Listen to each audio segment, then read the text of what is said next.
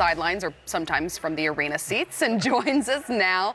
DZ, let's just start with immediate adjustments the Warriors have to make in Game 2.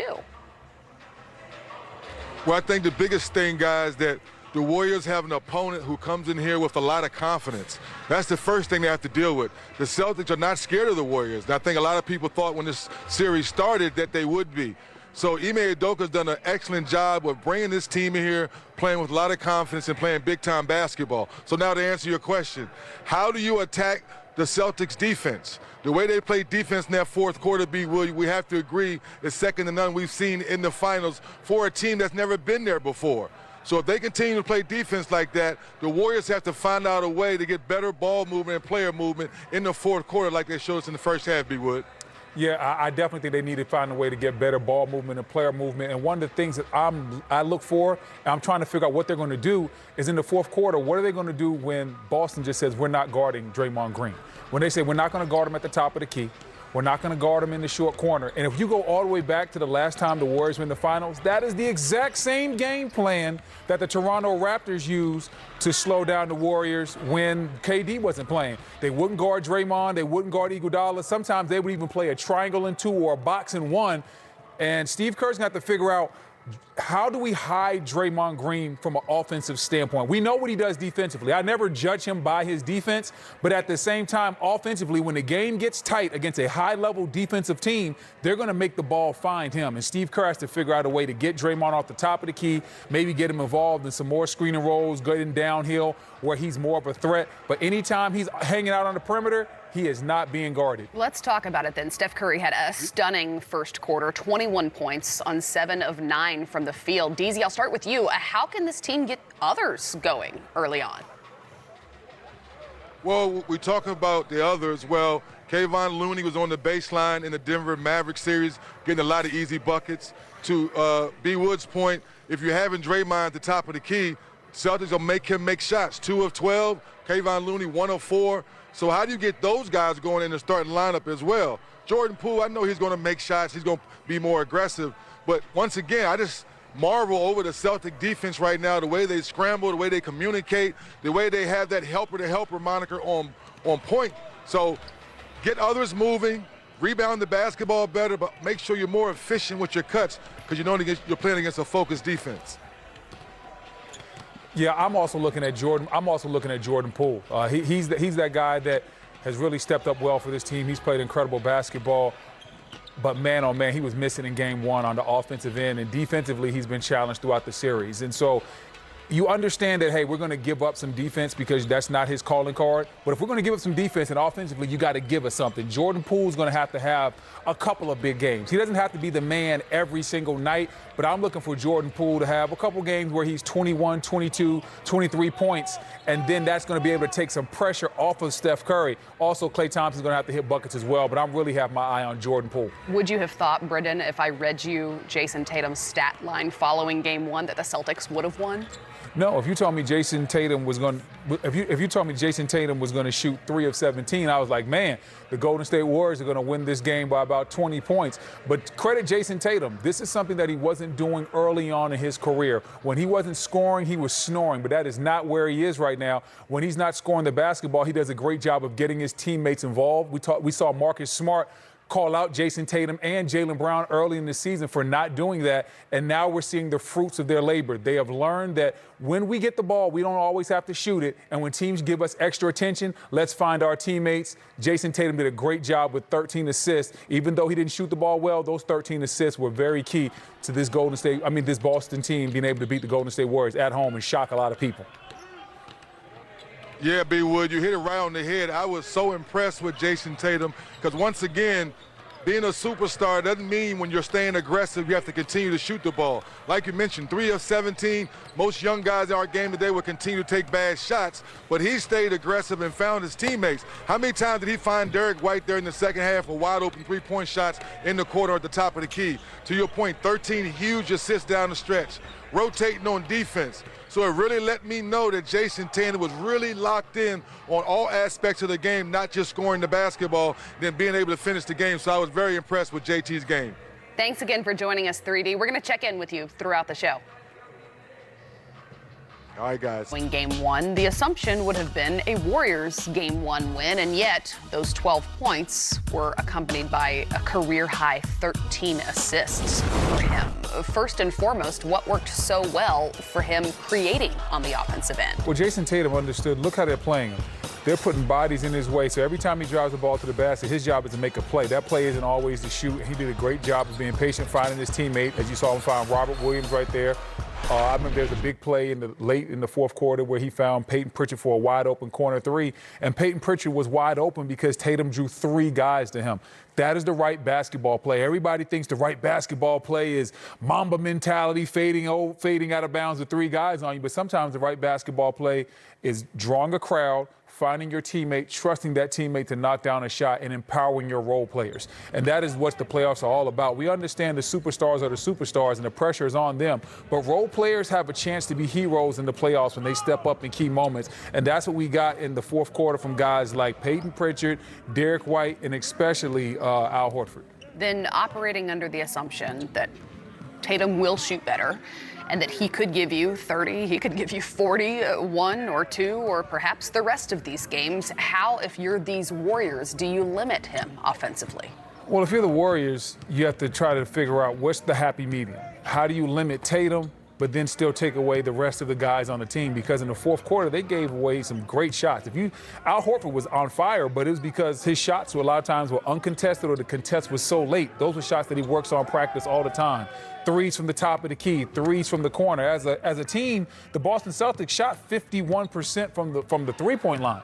So anytime you shoot 50 from the floor and 51 from 3, you give yourself a great chance to win. So if I'm the Golden State Warriors, it's not just about limiting Jason Tatum. I got to figure out how can we slow this guy down but not give away quality looks to the role players. I mean, look at that. Robert Williams, he's not going to miss many dunks.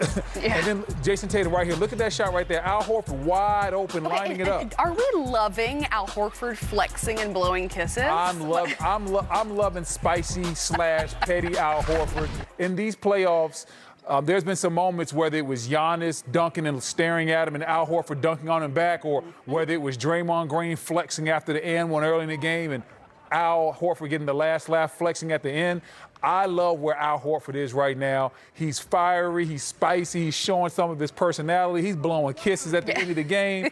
I'm here for it, and we're going to see how they respond, how Golden State responds, how well Al Horford played. He's making his finals debut, but as we watch the Warriors practice, those guys aren't.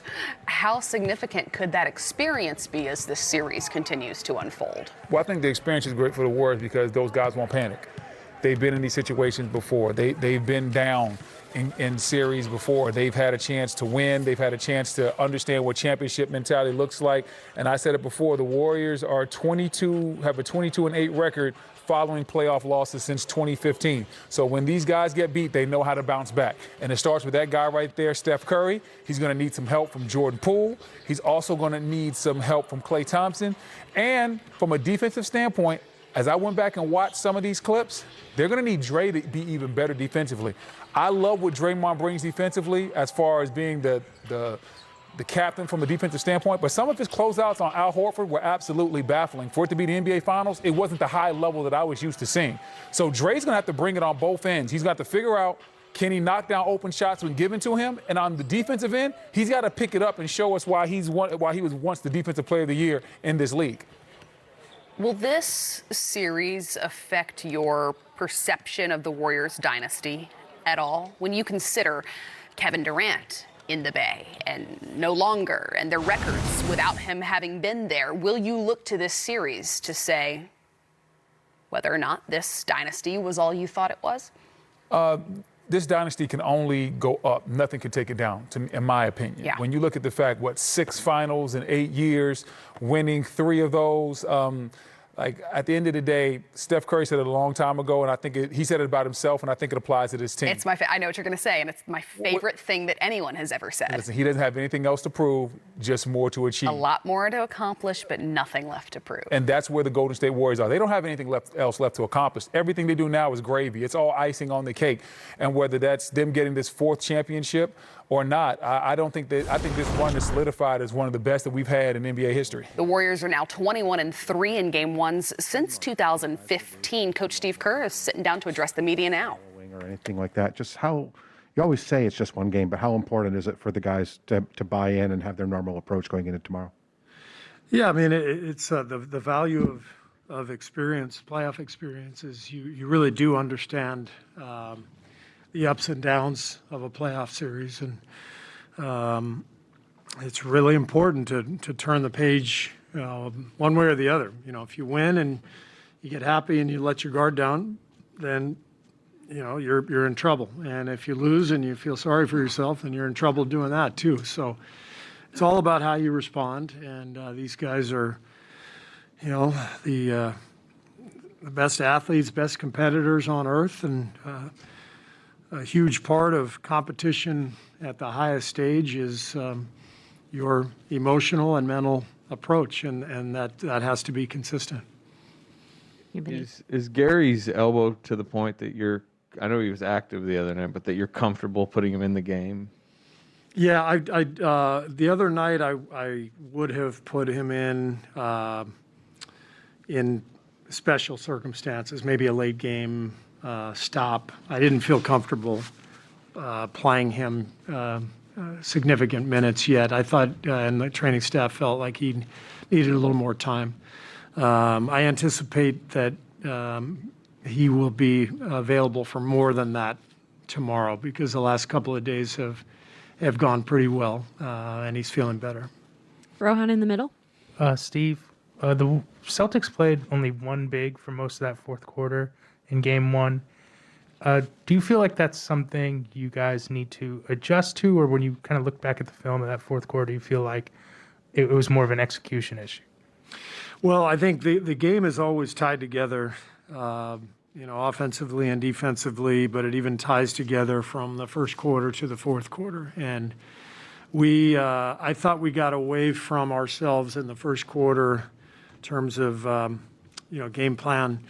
We let a few guys walk into some shots and get comfortable. We let Jaylen Brown get a fast break dunk with nobody touching him in kind of a 5-on-4 situation. I think everything that happened in the first three quarters kind of helped the process in the fourth for them to get going the way they did. But obviously they played extremely well, and the lineup that they put out there has had a lot of success throughout the playoffs too. So kind of a combination of all that. Steve, what's your reaction having watched the video with the team and going over things? And also, when you look at the way the fourth quarter unfolded, what do you think of the amount of defensive, force that you guys played with? Yeah, I mean, it was the film showed the good and the bad. We had some good stretches, and then obviously the fourth quarter was, as I said, it was like an avalanche. And I give Boston the credit that they deserve. They played a brilliant fourth quarter. But again, we let our guard down earlier in the game, and that allows guys to be more comfortable when they are taking shots. And when you get a couple early ones that you get a really good look at, it just makes every shot easier after that. So I think it was our coverage breakdowns, personnel breakdowns earlier in the game that sort of fed into that. Steve, a little bit off topic. I would presume that being a role player in this league would enable you to help coach role players because it's a shared experience and stuff like that. But how did being a role player in the NBA as a player help you coach stars? Was there anything kind of knowing how to play off of a star that has helped inform the way you coach them? I think it's more my observation of watching Phil and Pop and how they collaborated with Michael, Scotty, Tim, David, Manu. I mean, witnessing the relationship between the coach and the star has informed me much more than sort of being a role player and what the dynamic is as that role player. So, I can't relate to anything Steph Curry is feeling on the court, but I can relate to the moments I saw my Hall of Fame coaches collaborate with those stars, and that's been very helpful.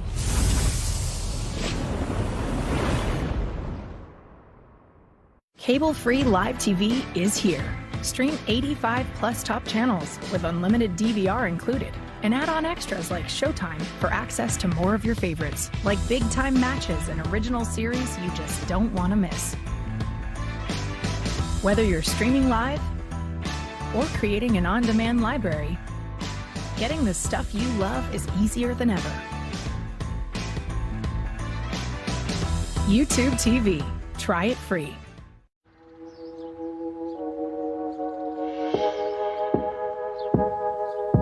Hold fast to dreams. For if dreams die, life is a broken winged bird that cannot fly. Hold fast to dreams. For when dreams go, life is a barren field, frozen with snow. Got my hair, got my head. Introducing new One A Day Multi Plus, a complete multivitamin, plus an extra boost of support for your immunity, brain, and hair, skin, and nails.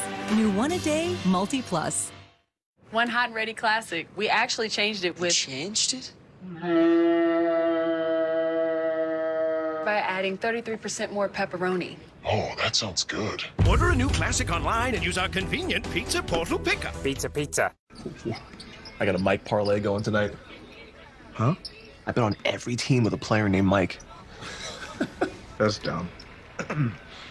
It's Mike night. Brother, you got the points. It's Mike night. Bro, the steals. Ooh. Mike night. But the... Take your negativity and put it over there. Positive, you're gonna lose money. So what? Nothing. Bet however you want. Yahoo Sportsbook is your ticket to BetMGM. You're watching Game Time at the NBA Finals, brought to you by State Farm. For surprisingly great rates, like a good neighbor, State Farm is there. 34 points for Steph Curry, including 21 in the first quarter. Here he is. Mr. Curry. Are you not ready? I wasn't. Unbelievable. I wasn't. I'm not used to you getting here this fast. Thank you. You're right. That's a good point. When you see Draymond, like have a rough game or a game that he says wasn't up to his par, how much have you grown to come to expect him to bounce back from that? That is the expectation. There's no other way, no other scenario where I see it playing out any different than him coming out with the right energy, focus, just making his impact, felt on the court. I know he takes all that stuff personally in terms of his standard and what he knows he can do out there on the floor. So when he doesn't meet that, he's usually pretty honest and accountable to himself, first and foremost, to the team, and then you go out and hoop. So we all go through that at some point. And you don't win championships and be the team that we are if you don't have that, in your DNA at some point. So we got to go out and prove it, Draymond included. Question on the left. Tomer Zarley from Clutch Point. Steph, it's kind of a two-parter. Where have you made the biggest growth since you guys' last championship, you think? And after a loss, do you even get to a point where you're down about it, or are you at a point where you're able to just move on and there's so much left going on? I mean, if you're not down about it and you're not in your feelings, then that's a problem, because then it doesn't matter. You have to feel it. How much it lingers, that's the test of, to Margaret's question, just how do you bounce back? When you go home after the game, you're probably thinking about every play that happened, what you could have done differently. Was a defensive rotation, a shot that would have went in, a decision you make, whatever it is, those things kind of, circle in your head, and you probably lose a little bit of sleep that first night. Then you come back the next day and realize, you have an opportunity to protect your home court again on Sunday, and just keep things moving and get yourselves back into the series. So the locker room after the game one was rough. Like, we all know the opportunity that we let slip in terms of, that fourth quarter. But it doesn't kill your confidence that you can't come out Sunday and win that game. And that's what we're going to do. So not much has changed from from 18 or any of those finals appearances, and really in terms of me personally, with how I've evolved, it's just continue to try to play at a high level, understand the game, understand the things that can happen in the playoff series and in the finals, and adjust accordingly as you go through it. Monty in the middle. Steph, after going through the video of the game, what are the things you saw, and what's your reaction to what you saw? And do you think you played with enough defensive, force over the course of the game?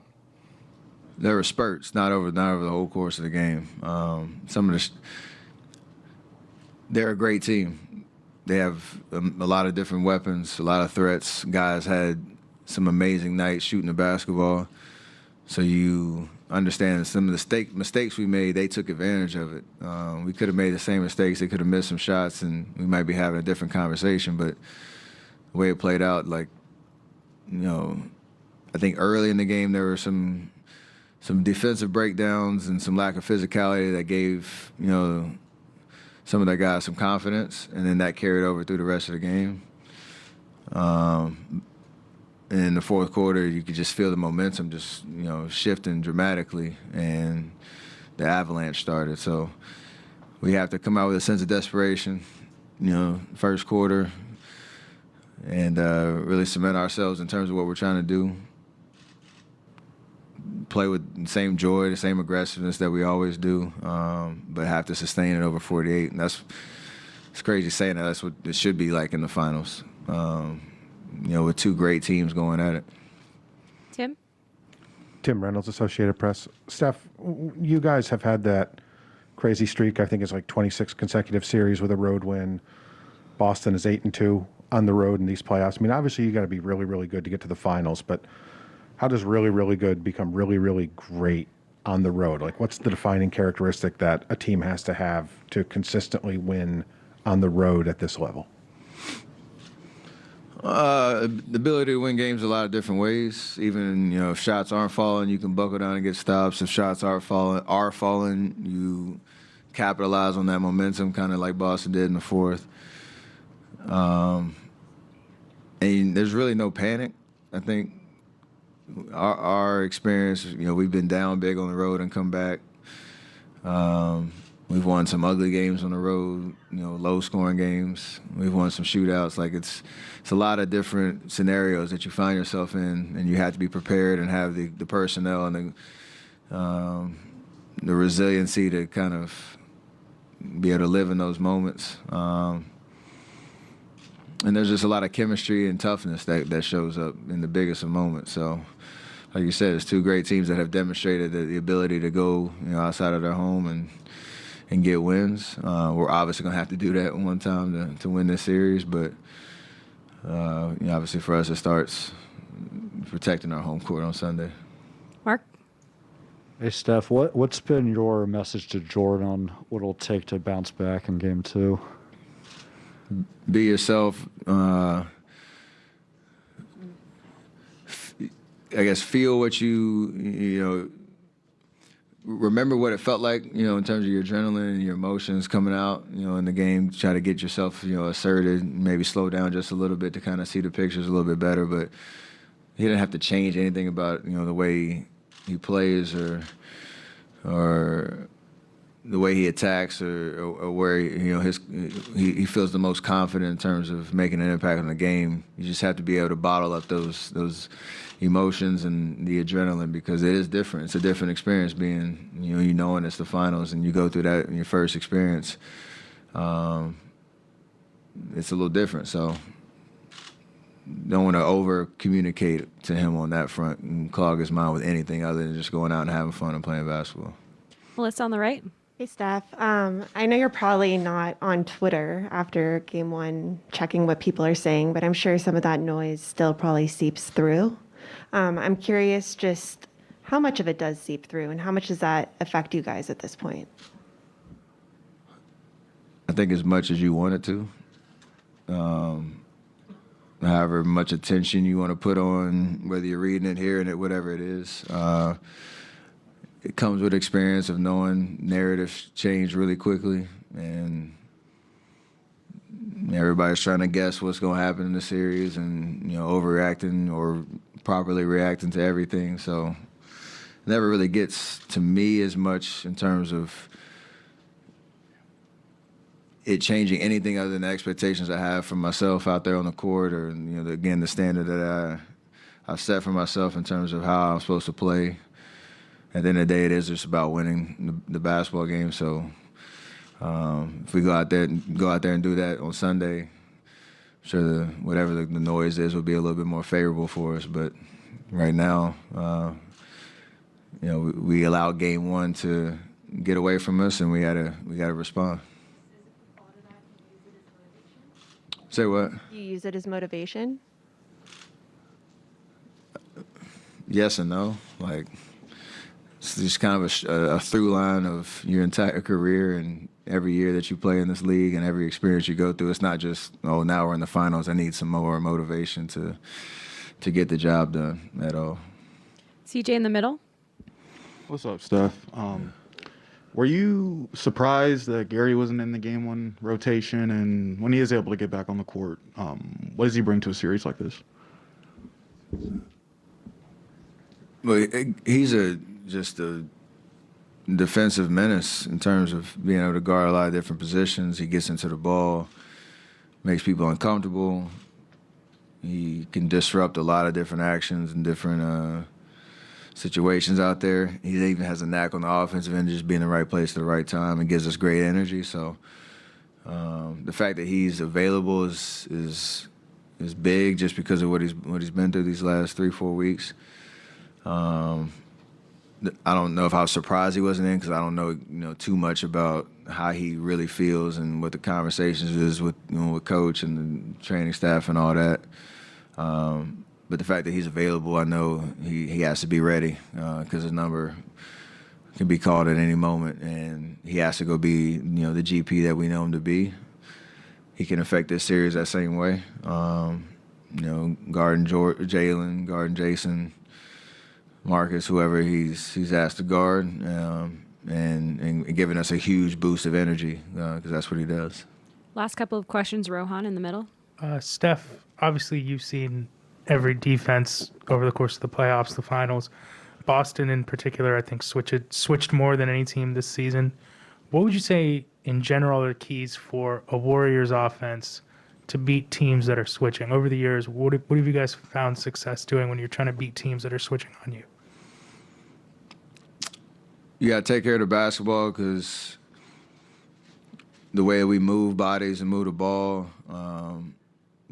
switching is designed to keep everything on the perimeter, keep bodies in between the man and the basket, try to force you into tough shots. But it also allows some confusion at times if you run your sets hard.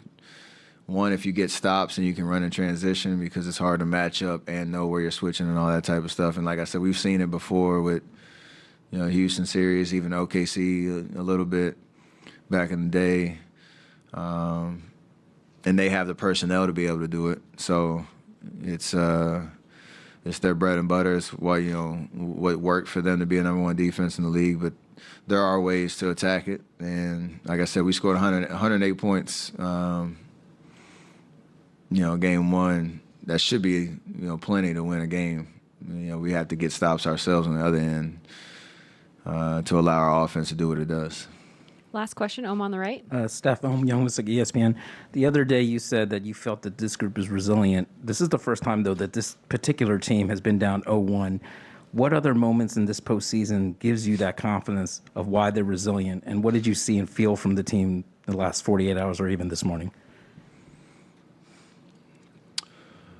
I think you look at how we responded Game 5 to Game 6 in the Memphis series.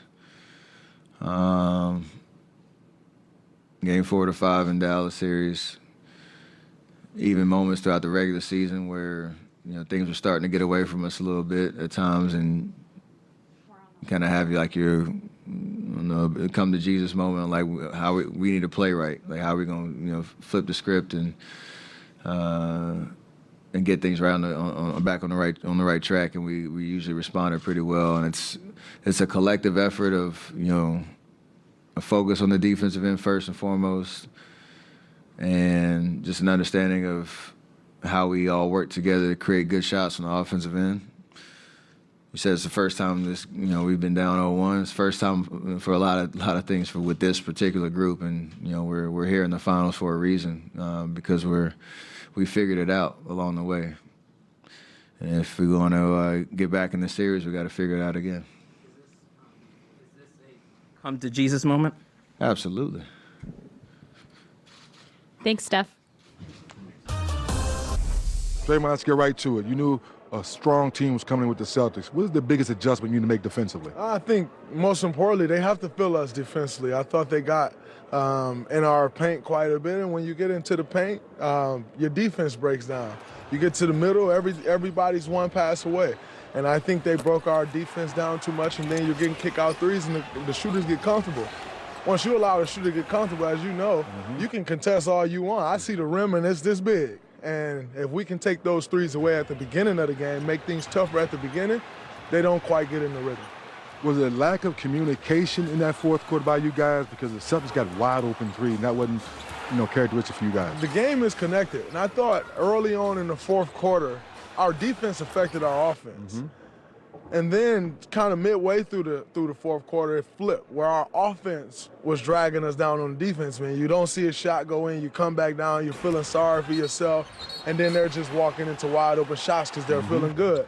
And so I think it's important that, we tie the game together on both ends, cutting with force, cutting with pop, having pop on the offensive end, and then that carries over to the defensive end and vice versa.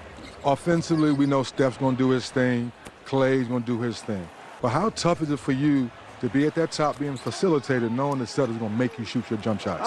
It's just a matter of making them. I thought last game I was 0 for 4 from 3. Each one of them felt great. And so just taking the shots and knowing that they're going to fall. I know I can shoot the ball. And if they want to make me shoot, teams have done that for years. And, you can be the judge on how successful it's been. And so I like it. This is a time of year where it's the big stage. You got to step up. I didn't make shots on Thursday. Taking those same shots, and they'll go in. What about Kayvon Looney? 1 of 4 in the previous series against the Mavericks. You found him on the baseline a lot. How do you get him more involved? When you're in sync on the offensive end, then it opens up offensive rebound opportunities and different things like that. And so I think it's just a matter of us making sure we're moving, not letting our offense get stagnant. And if we don't allow our offense to get stagnant, then everybody benefits from that.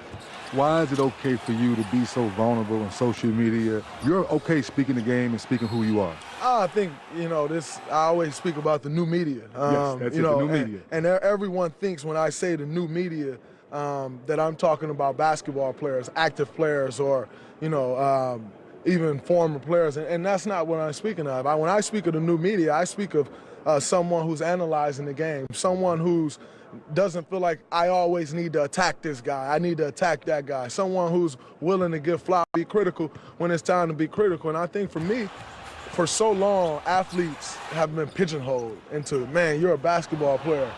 But Elon Musk can run Tesla and SpaceX. He's sending spaceships to outer space. And he's giving us electric cars. And no one has a problem with that. Jack Dorsey was running Square and Twitter, 2 multi-billion-dollar companies. But because I'm an athlete, I'm just supposed to play basketball. I disagree with that. We're way smarter than that. We're capable of doing more things, and I'm going to do what I'm capable of doing. So with that being said, what's the biggest thing to get game 2? I think the biggest thing in getting game 2 is making sure that we come out with the force that we need to come out with on the defensive end, and I think that'll translate to the offensive end easily for us. I'm not going to go into this mode of making so much of game 1 like we didn't do things well. We had a 12-point lead going into